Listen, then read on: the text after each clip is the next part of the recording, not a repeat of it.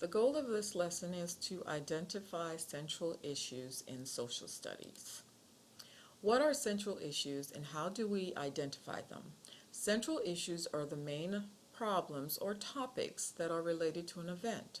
Central issues in world history usually involve political, social, economic, territorial, or moral matters. The ability to identify the central issues in an event allows you to focus on the information that is most important to understanding the event. There are 5 guidelines that I want you all to read as I read them to you, and these will help you identify how to focus on central ideas.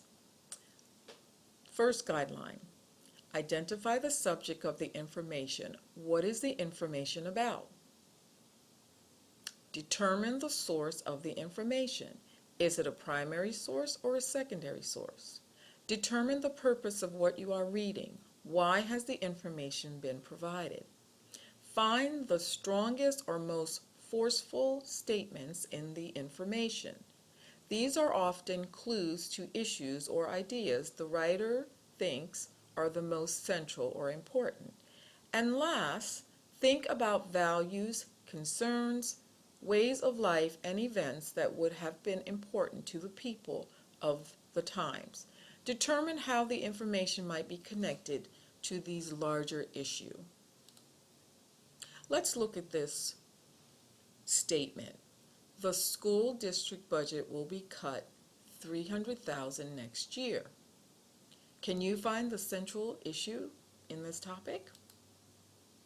Using the guidelines we just talked about, can you identify the central issue in the statement above? What are some concerns and questions people might have in response to this statement?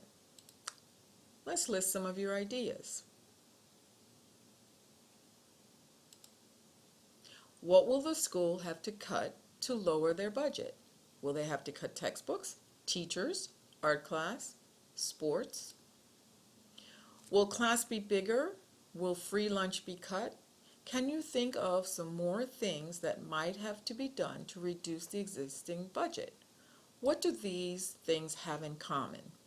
If you can focus on what they have in common, you have figured out what the central issue of the statement is.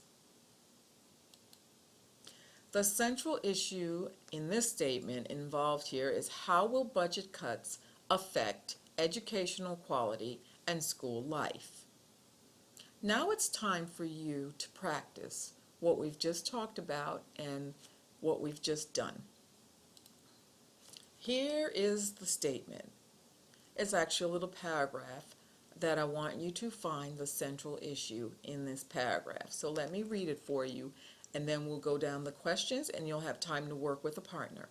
What distinguished the Neolithic era from the early ages was people's ability to shape stone tools by polishing and grinding. This allowed people to make more specialized tools. Even more important changes took place also. The development of agriculture changed the basic way people lived.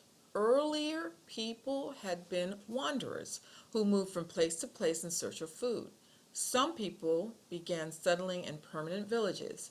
Exactly how they learned that seeds could be planted and made to grow year after year remains a mystery. However, the shift from food gathering to food producing was probably the most important change ever in history. So here are some questions that will guide you. Question number 4 we will leave for last. First question that you need to think about.